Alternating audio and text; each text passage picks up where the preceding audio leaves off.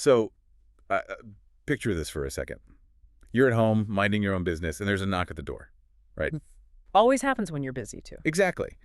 But you open the door, and there is just this incredibly friendly, sincere person standing there.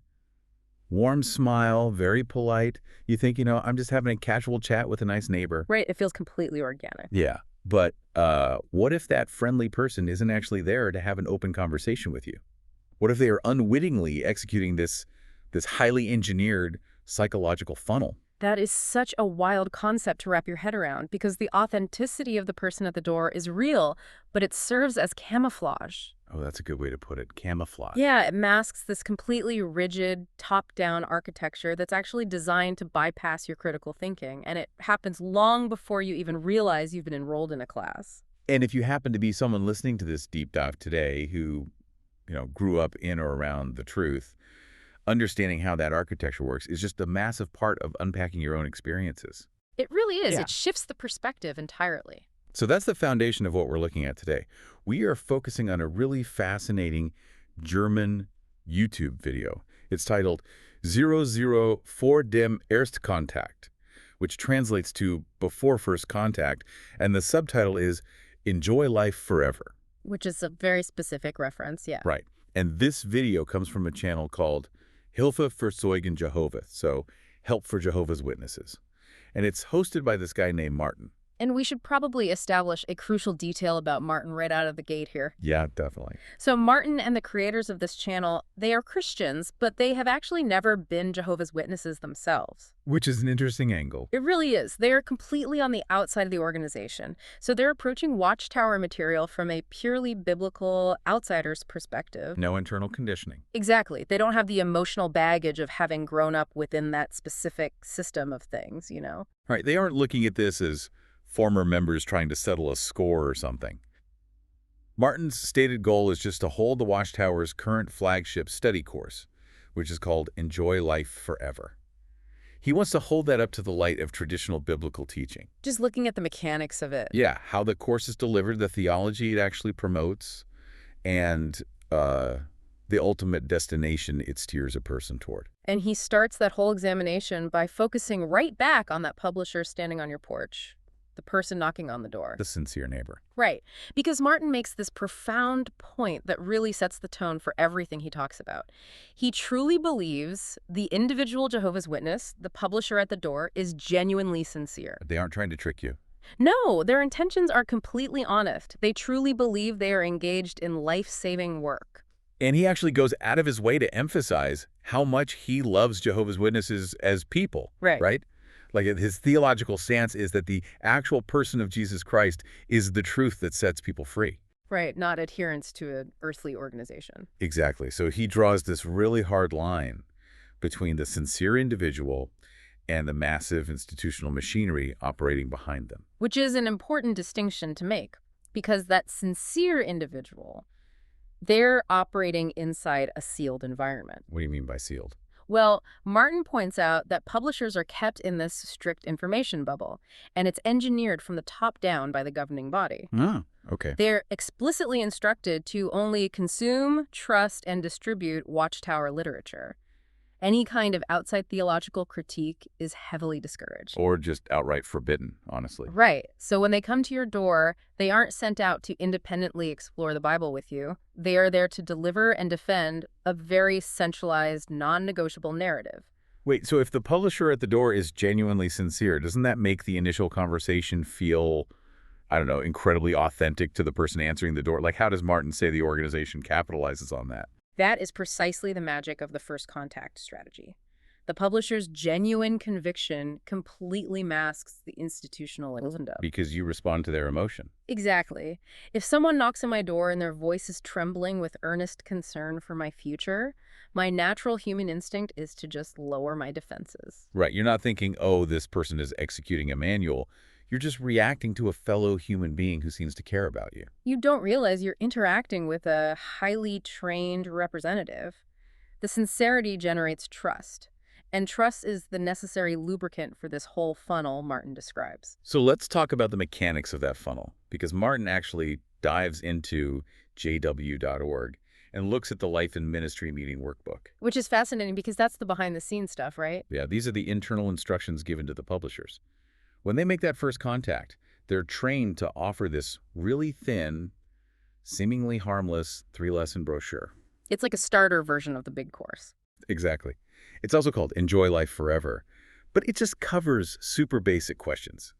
Stuff like, can I trust the Bible?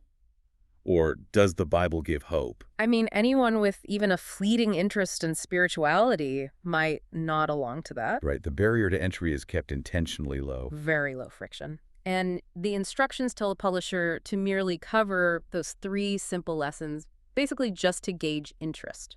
But the workbook reveals the real strategy. Oh, right? absolutely. It's a very calculated next step. Because if the person at the door completes that tiny brochure, the publisher is instructed to seamlessly transition them directly into lesson 4 of the main massive textbook. Okay, listening to this breakdown, it honestly sounds exactly like walking into a timeshare presentation while you're on vacation. Oh, that's a perfect analogy. Yes. Right. You're walking down the boardwalk, someone's like, hey, you want a free casual breakfast? And you think, sure, why not? It's just eggs. And that's a 3-lesson brochure. Exactly. But the architecture of the room you walk into, like the pacing of the coffee service, the lighting, the way the questions are phrased, it is entirely designed around getting you to sign a binding contract by noon. Yeah. You think you're just chatting with a friendly rep, but you've actually been ushered into a highly pressurized, structured classroom, and you didn't even consent to it. And Martin's analysis of the psychological framing supports your timeshare analogy perfectly. He highlights how the internal workbook dictates the specific roles each person is going to play going forward. How so? The publisher is explicitly instructed to view themselves as the Bible teacher. Okay. And the interested person, regardless of their age, their life experience, or, even if they hold a PhD in theology, they are universally designated as the student. Oh, wow. So it sets up this unearned authority dynamic from day one. Instantly, it subtly shuts down the whole idea of an equal exchange. Because 2 peers aren't just opening a text to see what it says. Right. It becomes a teacher dispensing absolute truth to a subordinate student. The power dynamic shifts completely before the person even realizes they've been enrolled. Okay, so if the publisher is the teacher and the homeowner is the student, we really have to look at the syllabus.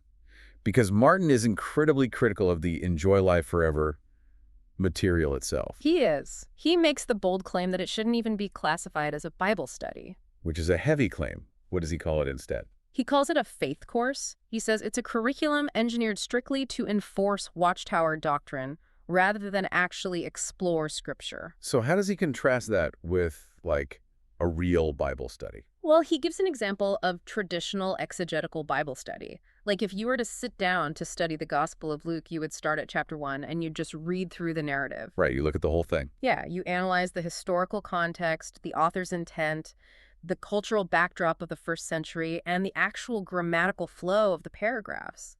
The text itself dictates the theology you walk away with. You let the ancient document speak for itself, with all its complexities and nuances. Exactly. But Martin argues a Watchtower course operates in the exact reverse order. Reverse order. Yeah.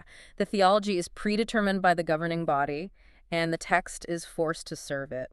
I see. In Enjoy Life Forever, the teacher reads a pre-written paragraph of Watchtower commentary, and then that organizational text is, to use Martin's brilliant phrasing, it's garnished with isolated Bible verses. Garnished. I couldn't stop thinking about that word when I watched this. Like a sprig of parsley on a steak. Yes. The parsley isn't the meal, it's just there to make the presentation look authentic. The Watchtower paragraph is the actual meal they are feeding you. That is exactly it. The verse is completely stripped of its surrounding context just to serve that paragraph. Martin points to lesson 2, for example, which discusses hope for the future. Okay. The material points the student to Jeremiah 29.11 and 12, where God promises a future and a hope, alongside Revelation 21.4, which speaks of a time with no more pain or tears. Which, taken on their own, are beautiful, comforting verses. They are. But Martin digs into the cognitive mechanisms of how the Watchtower actually presents them, because these isolated verses, which, by the way, often rely on the highly specific renderings of the New World Translation. Right, their own translation. Exactly. These verses are immediately paired with heavy, curated visual stimuli. Oh, the artwork. The artwork is a huge part of this. The psychological manipulation in the artwork is profound. Yeah, talk about that, because that stood out to me too. So the student reads this single fragmented verse, right? And then they look at this vibrant painting of healthy young people, lush gardens, pristine landscapes, families tearfully hugging resurrected loved ones. Very utopian. Extremely. But on the very same page, those utopian visuals are sharply contrasted with terrifying photos, pictures of modern-day sickness, child labor, warfare, and crushing loneliness. Wow. Which triggers this immediate emotional bypass. Mm. Because when a person is confronted with an image of deep human suffering, it naturally causes anxiety. But then their eyes move over to the painting of a peaceful paradise, and their brain experiences a rush of emotional relief. Yes, and that relief feels so good, so comforting that their critical thinking just shuts down. They link that feeling of relief directly to the out-of-context verse, and more importantly, to the Watchtower paragraph right beside it. Precisely. They accept the theological claim not because they've deeply analyzed the scripture, but because the artwork temporarily relieved their existential dread. It creates a massive vulnerability. It really does. And Martin takes this a step further by demonstrating how dangerous this specific cherry-picking methodology truly is. Oh, this was my favorite part of his argument. It's so good. He argues that if you allow a teacher to isolate single verses, separate them from their chapters, and pair them with emotionally manipulative narratives, you can justify absolutely any behavior or doctrine. He pulls no punches with his examples here. Yeah. He claims you could use the exact teaching structure of Enjoy Life Forever to biblically prove that all Christian men are required by God to wear beards. Which is funny considering Watchtower history with beards, right? Yeah. But he also says you could prove that modern Christians are bound to keep the Sabbath. Right. Martin even points out that by lifting verses out of the Old Testament without addressing the wider biblical narrative of grace or, the historical context of the ancient Near East, you could easily build a heavily illustrated faith course, proving that polygamy is a divine requirement today. That's crazy. But he's right. The methodology is just an empty vessel. You can pour whatever organizational agenda you want into it. Exactly. And this just severely damages a person's biblical literacy. I mean, if a student's only interaction with the Bible is through these tiny, heavily curated fragments, filtered exclusively through the governing body's lens, they lose the ability to read the text independently. They really do. They become reliant on the organization to tell them what a verse means, rather than letting the surrounding chapter provide the answer. They're essentially being trained in a new vocabulary, a vocabulary where biblical words only possess the definitions assigned to them by Watchtower literature. Which ensures that the student is always tethered to the teacher. Which brings us to the ultimate destination of this whole funnel. Because if the course isn't designed to create independent thinkers, where is this timeshare presentation actually leading? That's the big question. And Martin exposes a glaring contradiction between the Watchtower's public marketing and its internal private demands. Yeah, the contrast is honestly jarring. It is. Martin plays this promotional video produced by the Watchtower, which is designed to advertise the Enjoy Life Forever course to the general public. And what does it say? Well, in this slick modern promo, a really warm narrator explicitly tells the viewer, you don't have to become a Jehovah's Witness. See, that sounds incredibly open-minded and modern. No pressure. It sounds great. Yet Martin immediately juxtaposes that public promise with the internal instructions provided exclusively to the publishers who are conducting the course. The hidden syllabus? Exactly, the hidden syllabus. Those private documents list a rigorous, non-negotiable sequence of behavioral and ideological objectives that the publisher must guide the student through. And what are those steps? Break them down for us. Okay, so step 1. The student must begin reading Watchtower material outside of the study sessions. Okay, getting them reading more. Right. Step 2, they must start attending meetings at the Kingdom Hall. Escalating the commitment. Yep. Step 3, they are expected to begin preaching door-to-door themselves, essentially transitioning into the role of an unbaptized publisher. Wow. Step 4, they must make a formal dedication to Jehovah. Step 5, baptism as a Jehovah's Witness. Which is exactly what the video said they didn't have to do. Exactly. And finally, total submission to the Watchtower's definitions of right and wrong, allowing the organization to dictate their lifestyle, associations, and morality. But wait, let me play devil's advocate here for a second. Sure. If I go to, say, a local Baptist church for a Wednesday night Bible study, I naturally assume the pastor hopes I eventually become a Baptist. Right. Like, why does Martin single out the Watchtower's approach as uniquely deceptive from a purely biblical standpoint? That's a really fair question. According to Martin, it comes down to the biblical concept of counting the cost. Counting the cost. What does he mean by that? He addresses this by pointing to the methodology of Jesus and the apostles in the New Testament. They were radically transparent about the cost of discipleship from the very first interaction. Oh, I see. Yeah, Jesus repeatedly warned crowds that following him would result in hardship, social rejection, and persecution. He demanded they understand the full weight of the commitment before taking a single step. There was no bait and switch. None. The terms and conditions were on the table immediately. But Martin's critique is that the Watchtower Society actively obscures the true cost of entry. Exactly. They use that public-facing promise of no pressure to join, to lower your defenses, all while the publisher is internally mandated to steer the student toward total organizational dependency. Right. The massive burdens of the Watchtower's system of things. You know, the strict behavioral rules, the crushing demands for field service, the prohibition on certain medical treatments, and of course the ever-present threat of total social shunning if they ever step out of line. All of that is kept hidden in the early stages. They wait.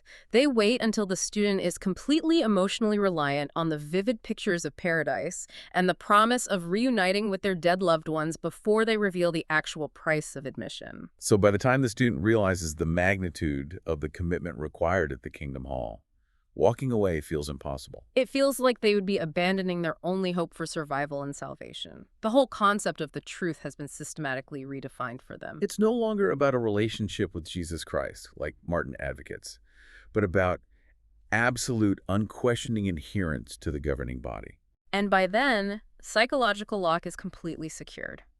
Man, this breakdown of Martin's analysis provides such a vital lens for understanding how Watchtower literature really operates on the mind. It does. And for anyone listening who is in the process of untangling their own experiences with these teachings, I think the key takeaway is just recognizing this machinery for what it is. Yeah, understanding that the sincere publisher at your door is themselves a product of this exact same controlled environment. Right. They are executing a top-down faith course that utilizes an unearned teacher-student dynamic. We've seen how the organization uses emotionally loaded imagery to bypass critical thought, right? Allowing them to garnish their own pre-written doctrine with these fragmented out-of-context verses. Heavily reliant on the specific wording of the New World Translation, of course. Of course.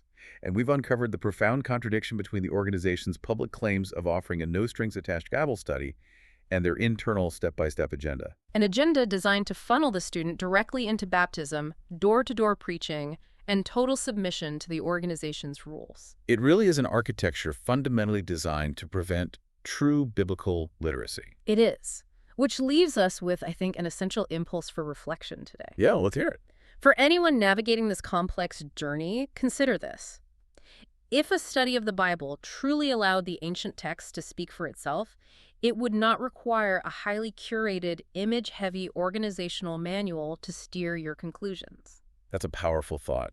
Try an experiment. Take a verse you've known your entire life, a scripture you've read 100 times in a Watchtower publication. Now read it completely on its own. Just the text. Just the text. Strip away the beautiful, vibrant illustrations. Ignore the bolded study questions at the bottom of the page. Completely separate the verse from the governing body's surrounding commentary. What happens when you do that? When all that orchestrated, manufactured noise finally fades away, does the text still mean what you were always taught it meant? Or does a completely different, independent message begin to emerge from the silence? Keep questioning the framework, keep seeking the context, and we'll see you on the next deep dive.